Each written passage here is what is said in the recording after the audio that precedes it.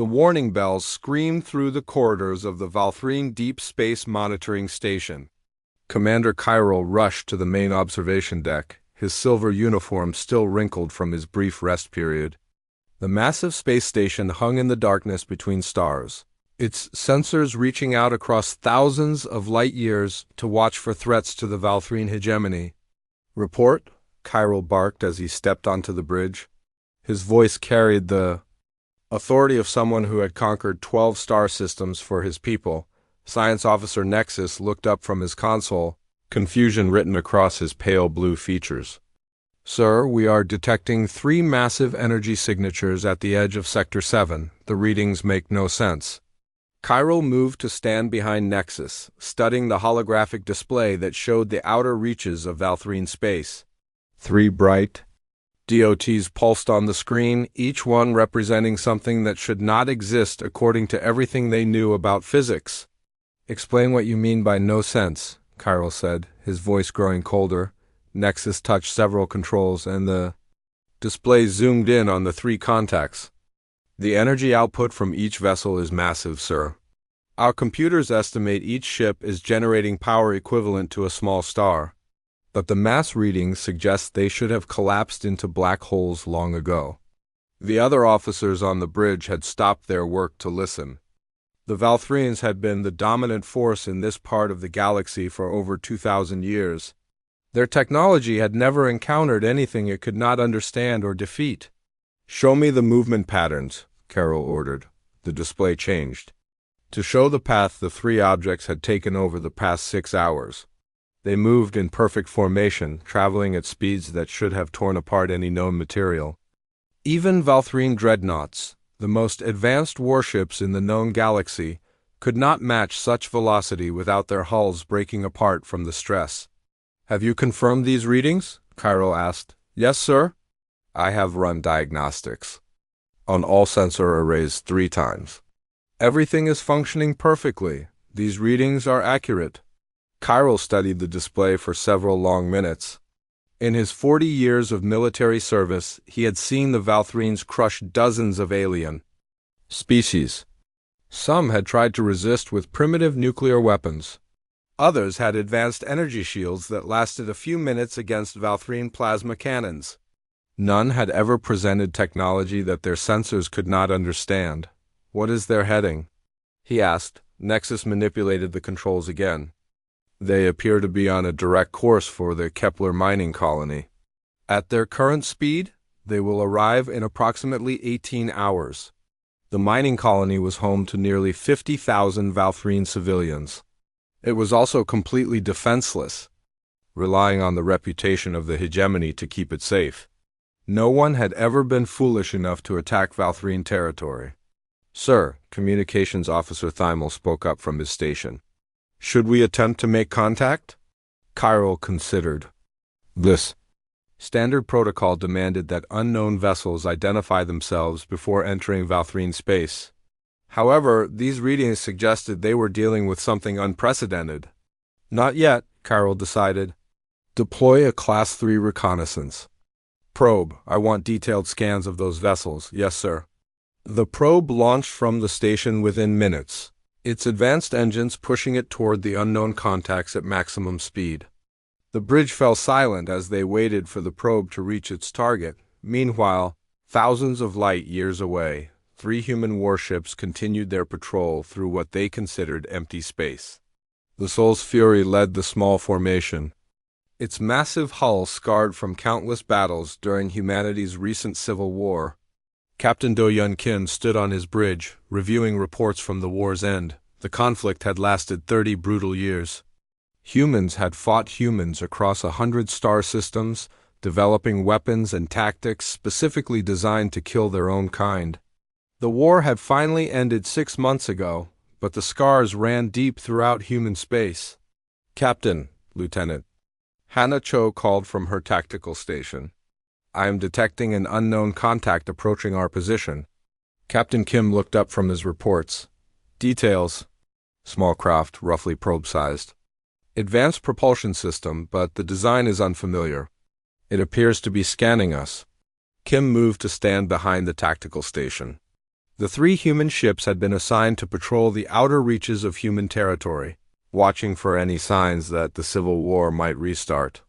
They had not expected to encounter alien life. "Have you detected any other vessels in the area?" Kim asked. "Negative, sir. The probe appears to be operating alone, but it must have come from somewhere." Kim activated the ship's communication system. "Bison's Pride, Inshin's Wrath. This is Sol's Fury. We have detected an unknown probe conducting scans of our formation. Recommend moving to Yellow Alert." Captain Minji Park's voice came through clearly from Bison's Pride. "Confirmed, Sol's Fury. Moving to Yellow Alert now." Captain Junsu Lee added from Inshin's Wrath. "Same here." "Should we attempt to capture the probe for analysis?" Kim considered the options. The 3 ships had enough firepower to glass entire planets, but they were also explorers now, tasked with making first contact if they encountered alien life. "Negative. Maintain current formation and observe." "Communications. Attempt to establish contact with whoever sent that probe." Back on the Valthrine monitoring station, the probe had reached the 3 human ships and begun its detailed scans. The results that came back left the entire bridge staff stunned into silence.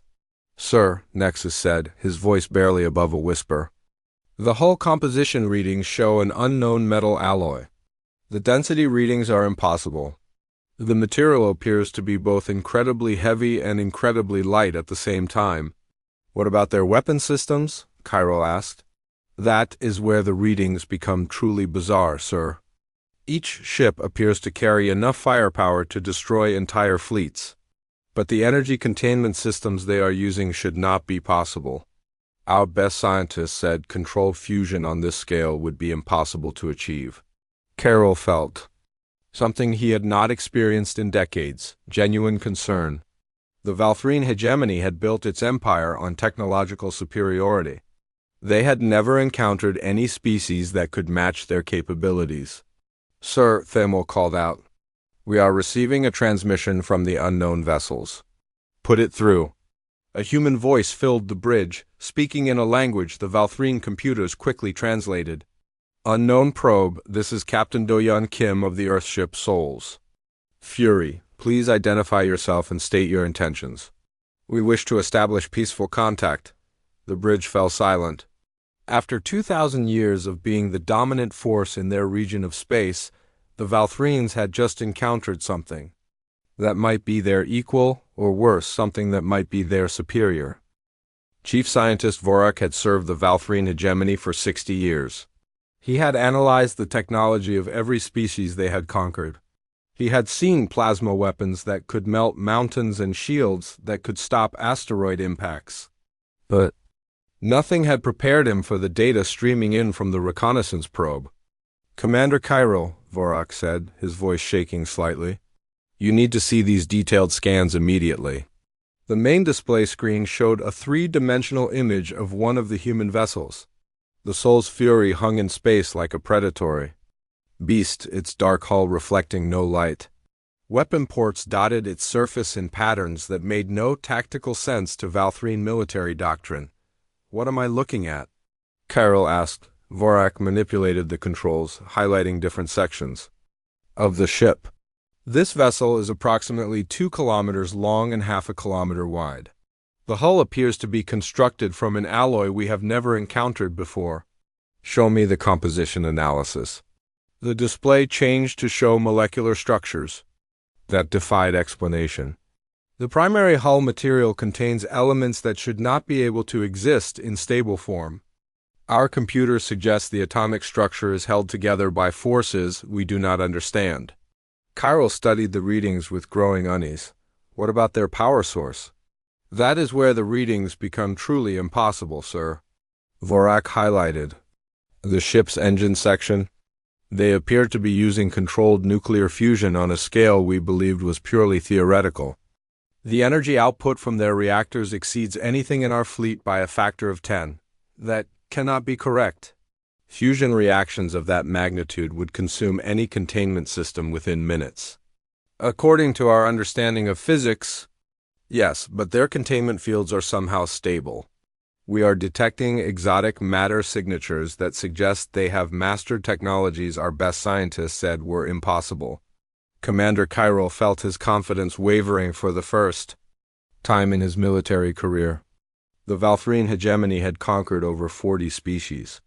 Each time, their superior technology had made victory inevitable. But these readings suggested they had encountered something beyond their comprehension. What about their weapons? Kyril asked. Vorak highlighted dozens of points along the human ship's hull. Each vessel carries approximately 300 weapon systems. The primary armament appears to be kinetic weapons of enormous size. Kinetic weapons? You mean they throw rocks? Not exactly, sir. These weapons appear to accelerate projectiles to significant fractions of light speed. The kinetic energy released from a single shot would exceed our most powerful plasma cannons. Carol stared at the display in disbelief. Kinetic weapons were primitive. Every advanced species eventually developed energy weapons because they were more efficient and accurate. But kinetic weapons traveling at near light speed would carry devastating force. Show me their defensive systems. The display changed again, highlighting energy fields surrounding each human ship. They are generating defensive shields with power levels that should not be sustainable. Our probe's passive scans suggest their shields could absorb direct hits from our entire battle fleet without significant damage. You are telling me that 3 ships have better defenses than our most heavily armed fleets? The readings support that conclusion, sir. Meanwhile, aboard the Soul's Fury, Captain Do-Yeon Kim was having his own meeting with his senior officers. The bridge was smaller than Valthrine command centers, designed for efficiency rather than intimidation. Every surface showed battle. Damage that had been repaired but not hidden. Lieutenant Cho, what can you tell me about that probe? Kim asked as Lieutenant Hannah Cho consulted her tactical displays. The probe's technology is advanced but unfamiliar.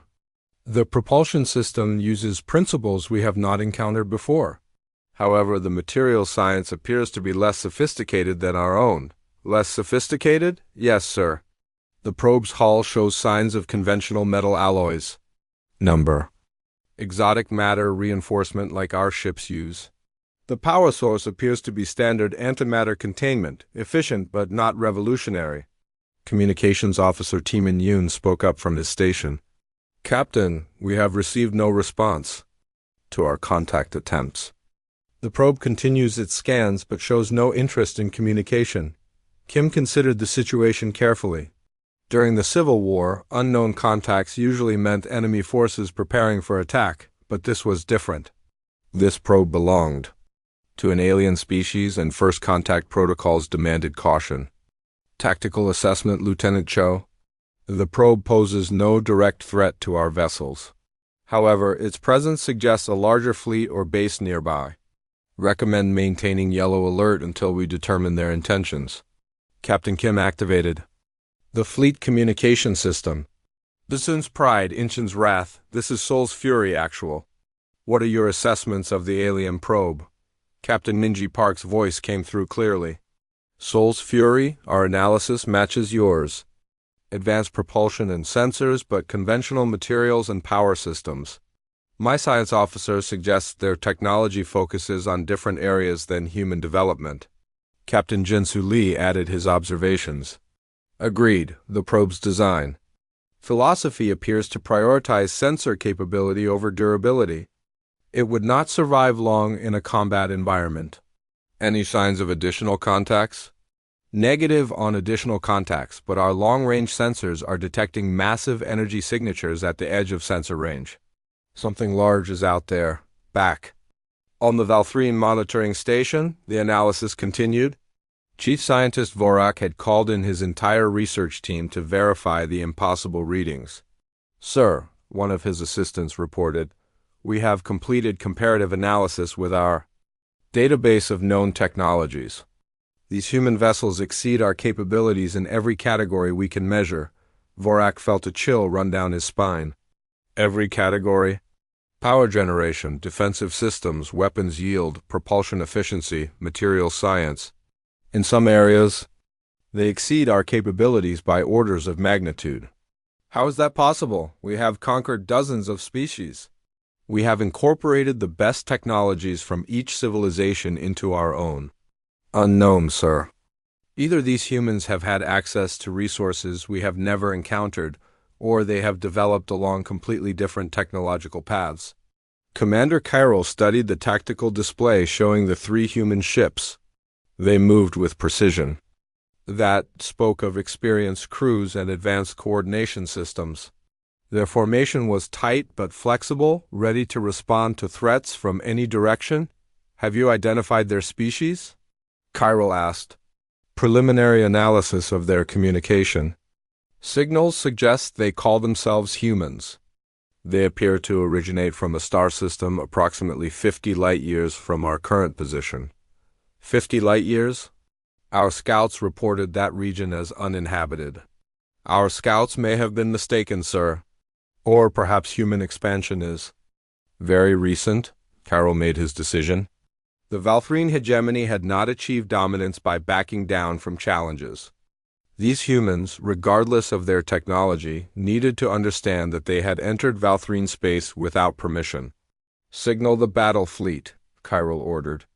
Admiral Korvex is to proceed to these coordinates immediately. Full war configuration. Sir, are you certain? These readings suggest the humans may be more dangerous than previous species we have encountered.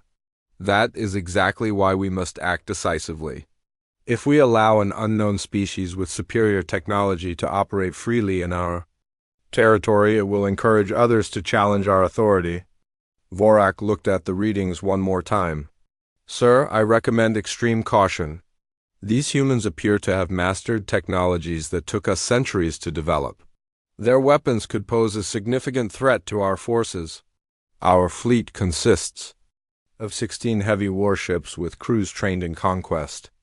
These humans have 3 ships operating alone, far from any support. Numbers will compensate for any technological advantages they may possess. The orders went out across Valthrine space. Admiral Korvex's battle fleet would arrive in 18 hours, ready to demonstrate the price of trespassing in hegemony territory. Neither side understood what they were about to face. The Valthrines saw 3 ships that needed to be eliminated.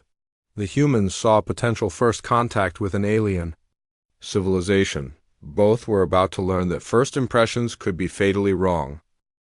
The Valthrine probe had been conducting its scans for 6 hours when it received new orders from the monitoring station. Commander Kyril's instructions were clear and followed standard hegemony protocol. Fire a warning shot to disable the unknown vessel's engines and force them to surrender. The probe's onboard computer calculated the optimal target. The lead human vessel, Soul's Fury, presented the largest energy signature. A single plasma burst to their engine section would cripple their propulsion without destroying the ship entirely. The aliens could then be captured for interrogation, aboard. Soul's Fury, Lieutenant Hannah Cho monitored the alien probe's movements from her tactical station. The small vessel had maintained a respectful distance for hours, seemingly content to observe. But something had changed in its behavior patterns.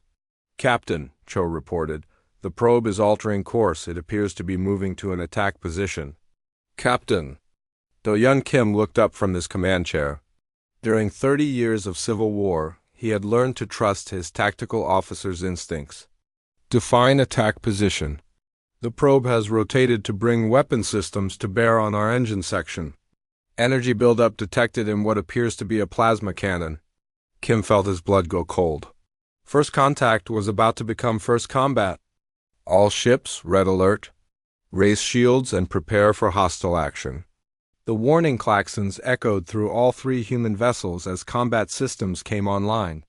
These ships had been built to fight other human warships designed by people who understood exactly how to kill their own kind most efficiently. Captain, Communications Officer Timin Yoon called out, should I attempt to warn them off? Do it, all frequencies, all languages in our database.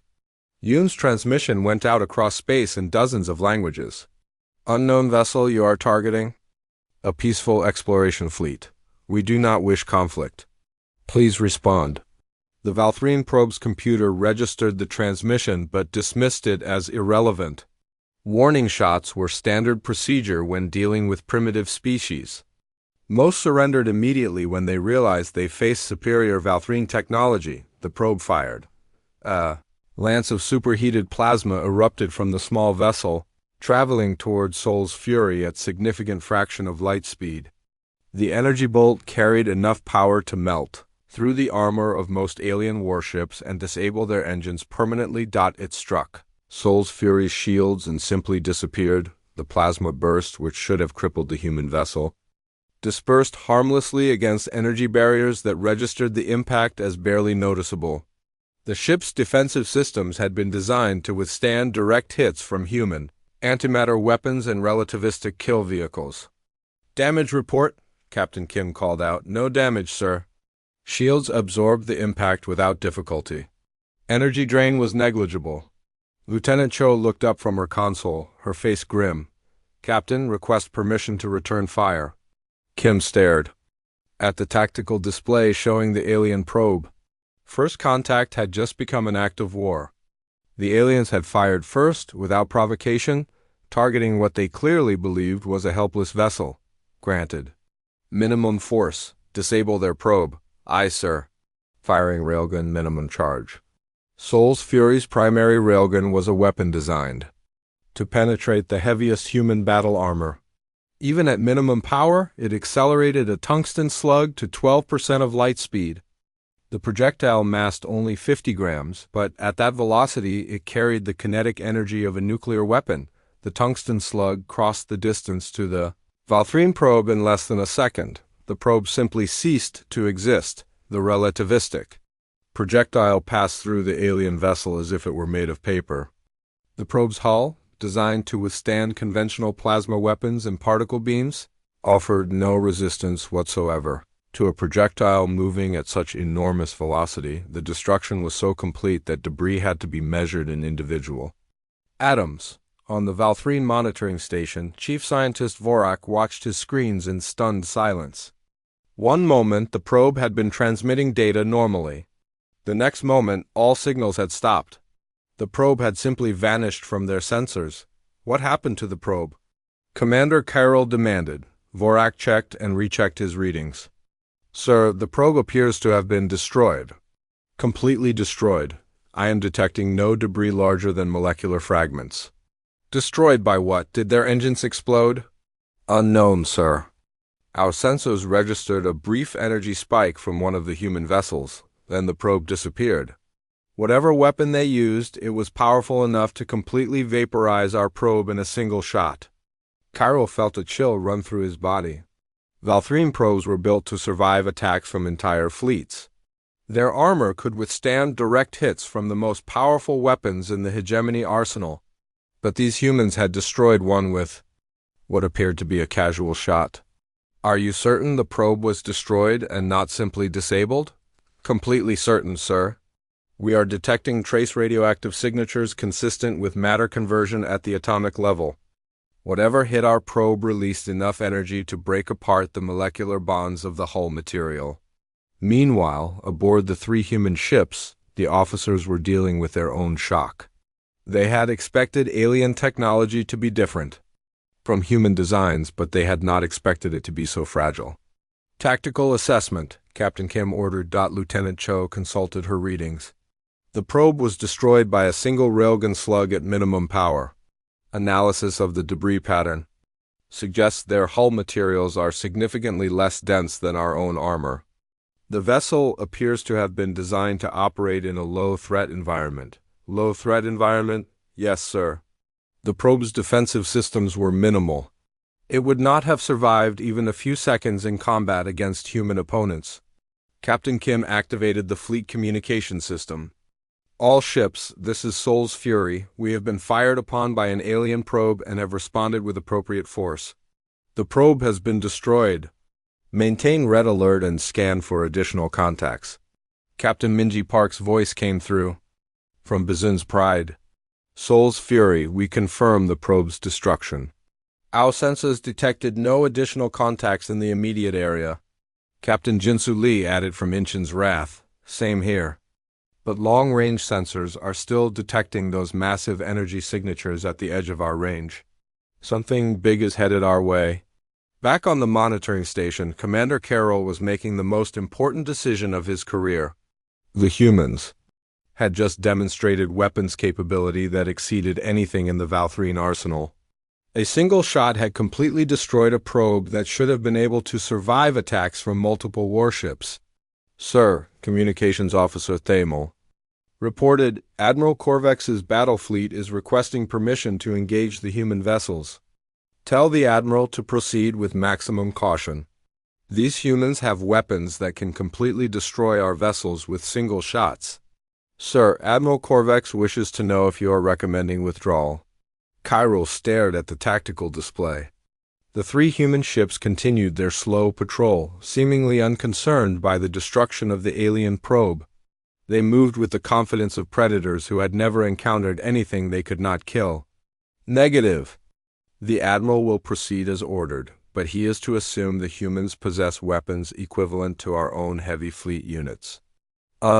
Understood, sir. The message went out to Admiral Korvex's fleet, now only 12 hours away from contact with the human ships.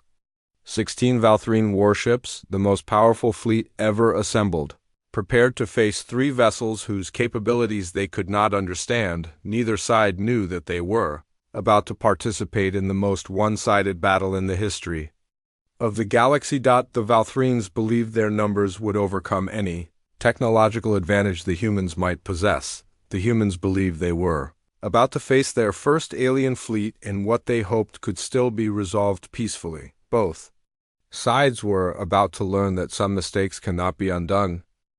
Admiral Korvex stood on the bridge of the Valthrine flagship Eternal Dominance, watching the final approach to human space.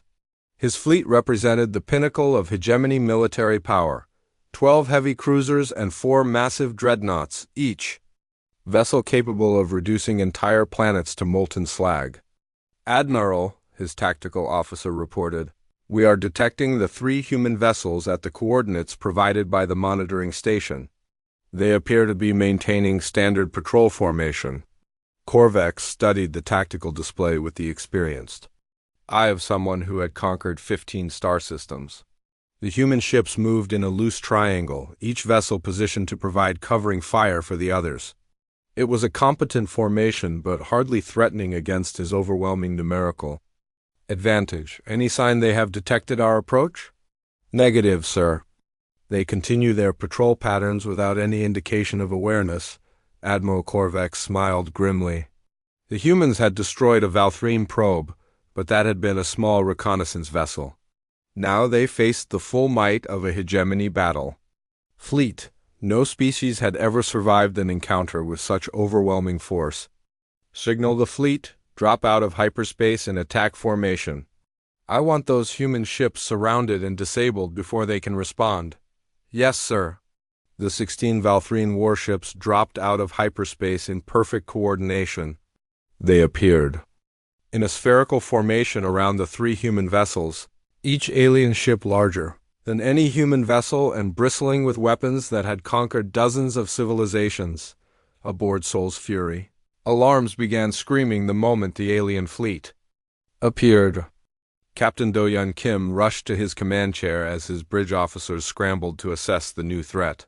Report, Kim barked. The Lieutenant Hanacho's fingers flew across her tactical console. 16 hostile vessels just dropped out of hyperspace. Around our position, they have us completely surrounded. Ship classifications unknown, but they appear to be heavily armed. Power signatures? Each vessel is generating power equivalent to our own ships, sir. Combined fleet strength significantly exceeds our own? Kim felt his stomach drop. 3 human ships against 16 alien vessels were not good odds, even with superior human technology. Communications? Attempt to establish contact. All ships, this is Soul's Fury. We are surrounded by hostile forces. Move to combat formation. The 3 human ships began to spread out, their movements precise and coordinated. Captain Minji Park took Bizan's pride above the plane of engagement, while Captain Jensu Lee moved Inchin's wrath to flank the alien formation. Sol's Fury held the center position, its heavy weapons trained on the largest alien vessels. Open. Channel to all alien vessels, Kim ordered. Communications Officer Timan Yoon worked frantically at his station. Channel open, sir. Attention alien fleet. This is Captain Do-Yun Kim of the Earth vessel's Fury. We are a peaceful exploration mission. We destroyed your probe in self-defense after it fired upon us without provocation. We do not seek conflict, but we will defend ourselves if attacked. Admiral Korvax received the transmission with contempt. Peaceful exploration missions did not carry weapons capable of vaporizing Valthrine probes. These humans were clearly scouts for a larger invasion force. Human vessel, Korvax replied. You have trespassed in hegemony territory and destroyed Valthrine property. You will power down your weapons and prepare to be boarded. Any resistance will result in your destruction. Captain Kim looked around his bridge at officers who had spent their entire careers fighting humanity's bloodiest war. They had faced impossible odds before and survived through superior tactics and weapons technology. Negative, alien vessel, we will not surrender our ships. If you wish to board us, you will have to disable us first.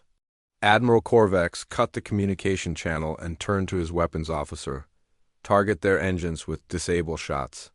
If they refuse to surrender, we will take them by force. Sir, his tactical officer interrupted, are you certain we should not attempt to destroy them outright? Our intelligence suggests their weapons are quite powerful. 16 ships against 3, numbers will prevail. Besides, I want prisoners. For interrogation? We need to know where these humans come from and how many more ships they have. The Valthrine fleet opened fire with calculated precision.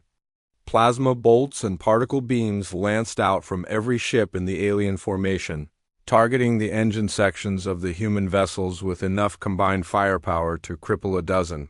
Conventional fleets, the weapons strikes hit the human ships. Shields and simply dispersed. Sol's Fury, Bizan's Pride, and Inchin's Wrath absorbed the concentrated fire from 16 alien warships without even experiencing shield fluctuations. Their defensive systems, designed to withstand human antimatter weapons and relativistic projectiles, treated the alien assault as little more than background radiation. Damage report, Captain Kim called out. No damage, sir. Shields are holding. At full strength, power drain minimal. Captain Kim activated the fleet communication system. All ships, return fire. Show them what human weapons can do. The response was immediate and devastating. Sol's Fury fired its main railgun at full power. The tungsten projectile, accelerated to 20% of light speed, struck the nearest Valthrine cruiser amidships. The alien vessel's shields flared briefly before collapsing completely. The projectile punched through the ship's armor as, if it were paper, traveled the entire length of the vessel and continued on to strike a second ship behind it. Both Valthrine warships exploded in brilliant fireballs as their antimatter containment systems failed. Bizan's Pride targeted a dreadnought with its particle beam array. The focused stream of accelerated particles, designed to penetrate human battle armor, sliced through the alien ship's defenses like a sword through silk.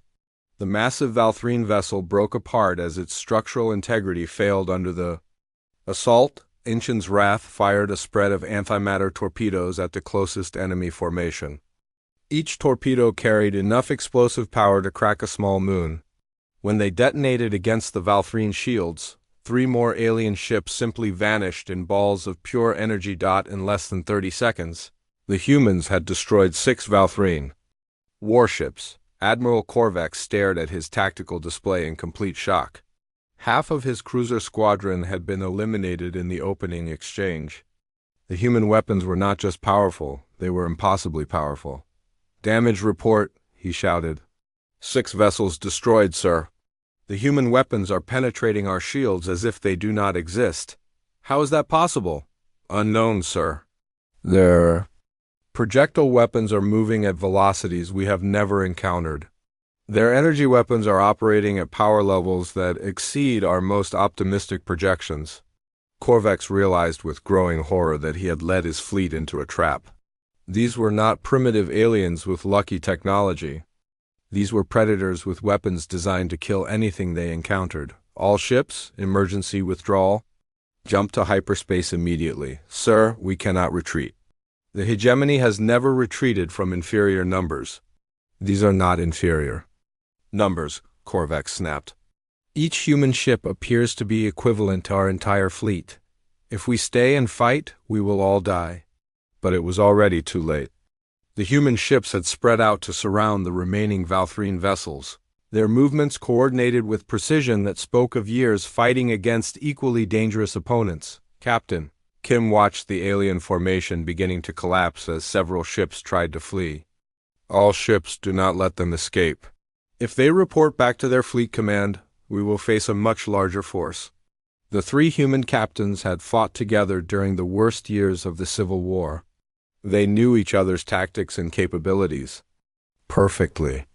Working in flawless coordination, they began to systematically destroy the remaining Valthrine warships. Sol's Fury took the port flank, its railguns punching through alien armor with mechanical precision. Bizen's Pride covered the starboard approach, its energy weapons slicing through enemy shields like they were made of tissue paper.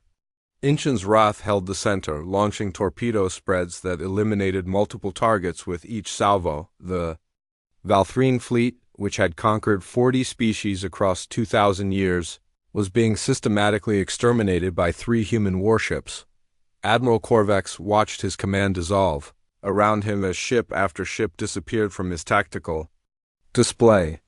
The humans were not just winning, they were demonstrating a level of military capability that defied comprehension. These were not weapons built to explore space or defend territory.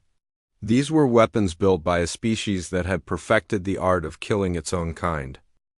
The three human warships moved through the Valthrine formation like wolves among sheep, their weapon systems operating with terrifying efficiency. Each shot was calculated, precise, and absolutely lethal. No energy was wasted, no target was missed, and no alien ship survived contact with human firepower.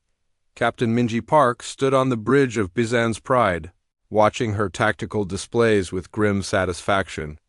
Her ship's particle beam arrays were cutting through alien vessels. With surgical precision, each strike calculated to cause maximum structural damage. "Target the command section of that dreadnought," she ordered her weapons officer, Lieutenant Yunji Lim. "Targeting now, Captain?" The focused particle beam lanced out across space, striking the massive Valthrine flagship just below its primary sensor array. The beam burned through armor that had been designed to withstand planetary bombardment. Reaching the ship's command center in less than 2 seconds, Admiral Korvax felt his flagship shudder as the human weapon found its mark. Emergency lights flashed across his bridge as systems began failing throughout the ship. Half of his command crew were already dead or dying from radiation exposure. "Engineering report," he gasped, blood streaming from his nose. "Primary power. Systems failing, sir. Hull breach on decks 12 through 18. We are losing life support throughout the ship." Korvax looked at his tactical display, watching the last of his fleet die around him. Of 16 warships, only 4 remained functional. The humans had systematically destroyed 12 vessels in less than 10 minutes, and they showed no signs of slowing down. "Communications, send a priority message to Hegemony Command. Tell them, we have encountered a species with military capabilities that exceed our own by orders of magnitude. Warn them that humanity must be considered an extreme threat to the survival of the hegemony." His communications officer, Thimal, worked frantically at his damaged console. "I am trying, sir, but the humans appear to be jamming our transmissions." "Keep trying. The hegemony must be warned." Meanwhile, Commander Yunwoo Nam on Bizen's Pride was coordinating targeting solutions with mechanical precision. His years of experience fighting human opponents had taught him to identify the most vulnerable points on any warship design. "Captain," he reported to Park, "I am detecting attempted communications from the alien flagship. They appear to be trying to send a distress signal. Jam all their transmissions. We cannot allow word of this engagement to reach their home territory." "Already done, Captain. No alien signals are getting past our electronic warfare systems." Captain Park nodded approvingly. During the Civil War, preventing enemy communications had been essential for tactical success. These aliens were learning the same lesson that human rebels had learned. Facing human military technology meant facing opponents who had thought of everything aboard Seoul's Fury.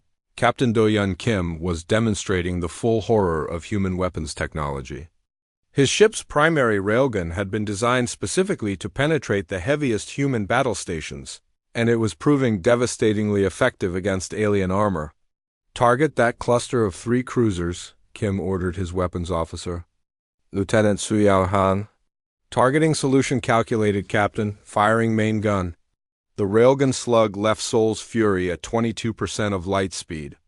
The tungsten projectile, massing nearly 100 kilograms at that velocity, carried the kinetic energy of a small nuclear weapon. It struck the first Valthrine cruiser dead center, punched completely through the ship, continued on to penetrate the second vessel, and finally came to rest inside the third. Ship's engine compartment. All 3 alien warships exploded simultaneously as their power systems overloaded. Kim's executive officer, Commander Jin Woo-bae, updated the tactical display with calm professionalism. 3 more confirmed kills, Captain. Remaining hostile contacts down to 4 vessels. Status of the flagship? Heavy damage, but still functional. The other 3 ships appear to be attempting to protect it. Kim studied the tactical situation. The remaining Valthrine vessels had formed a defensive formation around their damaged flagship, but they were still trying to fight back with weapons that were completely inadequate against human defenses. "Signal Inchin's Wrath. Tell Captain Lee to demonstrate our torpedo systems." Captain Jinsu Lee received the message with understanding. Seoul's Fury and Bison's Pride had shown the aliens what human kinetic and energy weapons could do. Now it was time to show them human missiles. "Lieutenant Minho SEO," Lee ordered his weapons officer. "Prepare a full spread of antimatter torpedoes. Target the remaining enemy vessels." "Full spread, sir?" "That seems like overkill. The point is to ensure no alien ship survives to report back to their superiors. Full spread, maximum yield." Inchin's Wrath launched 12 antimatter torpedoes simultaneously. Each weapon carried enough explosive force to destroy a city, and their guidance systems had been perfected through years of hunting human warships that tried to hide in asteroid fields and nebulae. The torpedoes streaked through space at velocities that made them impossible to intercept. The Valthrine Point defense systems, designed to stop conventional missiles, could not even track weapons moving at such enormous speeds. The first torpedo struck Admiral Korvex's flagship, just as he was finally managing to transmit a partial warning message to Hegemony Command. The antimatter explosion vaporized the entire forward section of the ship, including the bridge and everyone on it. Admiral Korvex died, never understanding what kind of species humanity really was. The remaining 11 torpedoes found their targets with perfect accuracy. The last 4 Valthrine warships disappeared in flashes of pure energy that could be seen from several light years away. The battle was over. "Captain," Kim surveyed the debris field that had once been a Valthrine battle fleet. Scattered atoms and trace radioactive signatures were all that remained of 16 alien warships and over 50,000 crew members. "All ships report status," Kim ordered. Captain Park's voice came through clearly from Bison's Pride. "No damage reported. Ammunition expenditure minimal. All systems functioning normally." Captain Lee added from Inchin's Wrath, "Same here. We used less than 5% of our total weapons capacity." Kim felt a chill run down his spine. The 3 human ships had just annihilated an entire alien fleet, and they had barely expended any effort doing it. Their weapons, designed to fight other human vessels equipped with similar technology, had proven devastatingly effective against alien opponents. "Tactical assessment, Lieutenant Cho?" Cho consulted her analysis computers. "The alien fleet appears to have been equipped with weapons and defenses approximately equivalent to early human space navy designs from 50 years ago. Their technology was advanced by galactic standards but primitive compared to our current capabilities." "How primitive?" "Captain, our shields never dropped below 98% capacity during the entire engagement. Their most powerful weapons could not penetrate our weakest defensive systems. Kim realized with growing horror what had just happened. Humanity had spent 30 years fighting a brutal civil war, developing weapons and tactics designed to kill opponents with equivalent technology. The aliens had never faced anything remotely similar to human military capabilities. Communications, attempt to recover any alien transmissions that may have escaped our jamming. Timin Yun worked at his console for several minutes before reporting back. I am detecting fragments of one transmission that was cut off when the alien flagship was destroyed. Partial message sent to coordinates approximately 40 light-years from our current position. Content of the message? Warning about human military capabilities. Recommendation that humanity be considered an extreme threat. The transmission was incomplete, but enough got through to alert their superiors that something went wrong here. Kim stared at the debris field where an entire alien fleet had died. The 3 human ships had just announced their species' existence to the galaxy in the most violent way possible. They had wanted peaceful first contact. Instead, they had just demonstrated that humans were the most dangerous predators the galaxy had ever seen. And now, somewhere in alien space, military leaders were receiving fragments of a message that would change everything. The silence that followed the battle was more terrifying than the combat itself. Where 16 Valthrine warships had once floated in perfect formation, only scattered particles and fading radiation remained. The 3 human vessels hung motionless in space, their crews trying to comprehend what they had just accomplished. Captain Do-Yun Kim stood on Seoul's Fury's bridge, staring at tactical displays that showed nothing but empty space and debris. In 18 minutes, 3 human ships had completely annihilated a fleet that represented the pinnacle of alien military power. The mathematics of the engagement were stark and undeniable. Lieutenant Cho, Kim said quietly, compile a complete battle analysis. I need exact figures on ammunition expenditure, power consumption, and shield effectiveness. Cho's fingers moved across her console, pulling data from every system aboard the ship. Analysis complete, Captain. We expended 4% of our railgun ammunition, 6% of our energy weapon power reserves, and 0 torpedo inventory. Shield strength never dropped below 96% during the engagement. The numbers were even worse than Kim had feared. 3 human ships had destroyed 16 alien vessels while barely scratching their own capabilities. This had not been a battle between equals. This had been a massacre. Communications Officer Yoon, have you finished analyzing the alien transmission fragments? Timin Yoon looked up from his station, his face pale. Yes, sir. I have reconstructed approximately 60% of the message that Admiral Korvax sent before his ship was destroyed. Play it. The bridge speakers crackled with static. Then Admiral Korvax's voice came through, distorted but understandable through the translation software. Hegemony Command, this is Admiral Korvax. We have encountered a species calling themselves humans. Their military capabilities exceed our own by factors we cannot calculate. 16 ships destroyed in minutes.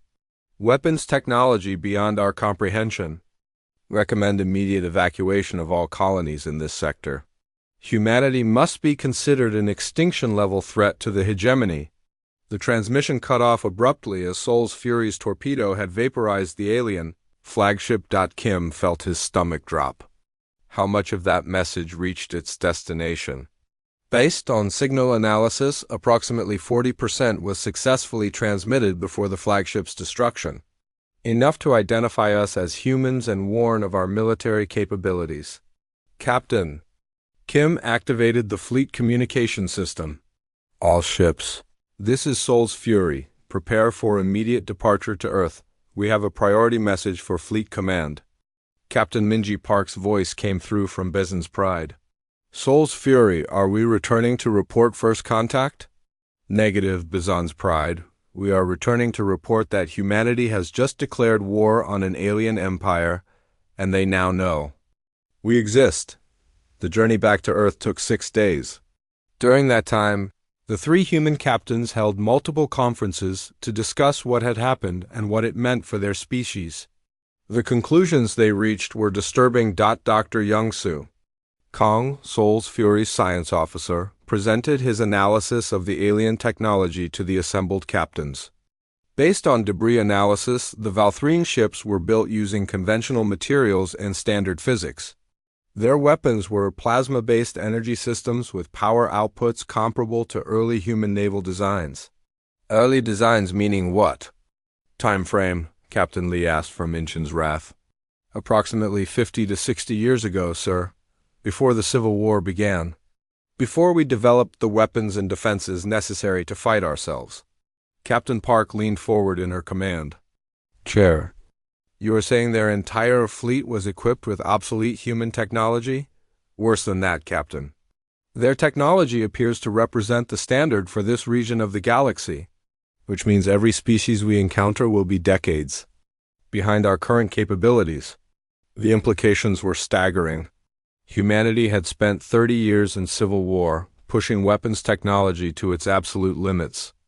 Every human warship had been built to fight opponents with identical capabilities, resulting in an arms race that had produced weapons of unimaginable destructive power.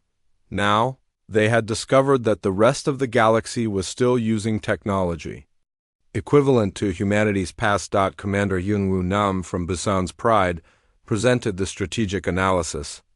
Based on the alien transmission fragments, the Valthrine hegemony controls territory spanning multiple star systems. Conservative estimates suggest they have hundreds of worlds under their control. Population estimates? Captain Kim asked. Unknown, but likely in the hundreds of billions across their entire empire. Kim felt the weight of responsibility settling on his shoulders. 3 human ships had just provoked a war with an empire containing hundreds of billions of aliens. Even if human technology was superior, the numerical disadvantage was overwhelming. What about their military capabilities? If the fleet we destroyed was representative of their standard forces, the hegemony probably maintains thousands of warships across their territory. However, based on what we observed, our individual ship capabilities exceed theirs by orders of magnitude. Captain Lee spoke up from his flagship. The question is whether quantity can overcome quality. Can thousands of alien ships defeat dozens of human vessels? Based on today's engagement, Commander Nam replied, probably not. But we cannot be certain until we see their full military response. The fleet reached Earth 3 days later. Earth. Fleet Command had been expecting a routine patrol report.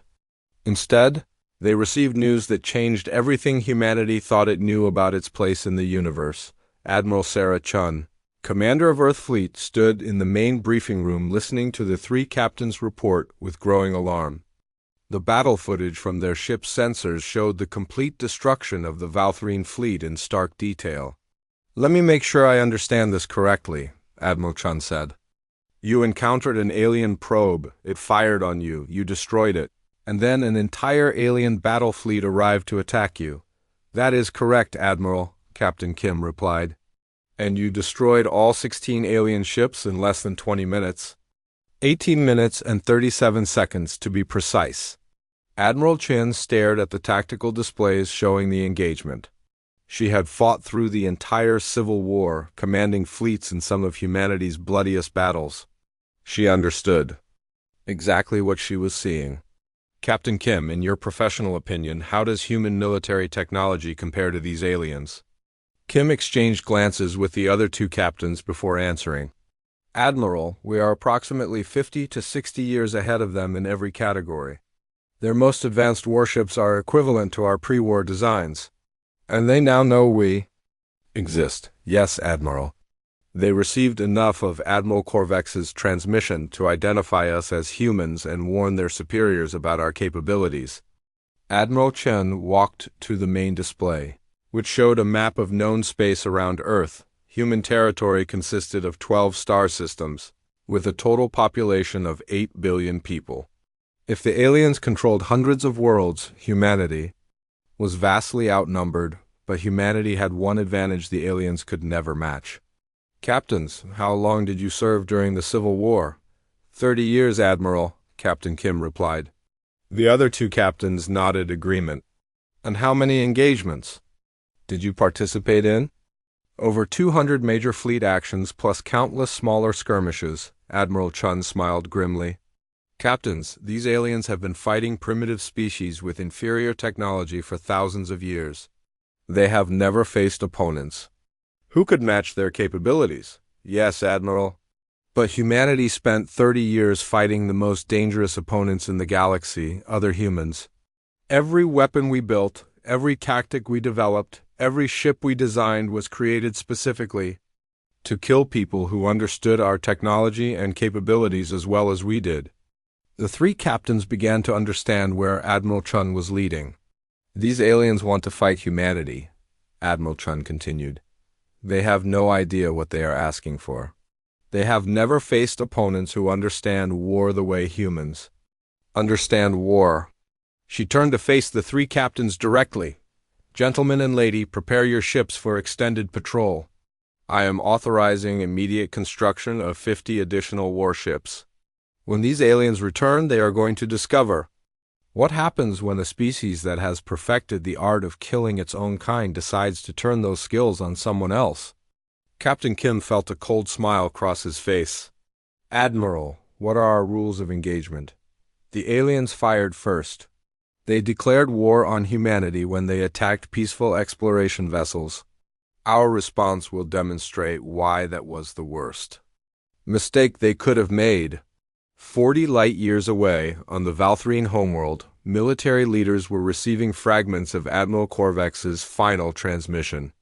They were beginning to understand that they had encountered something unprecedented.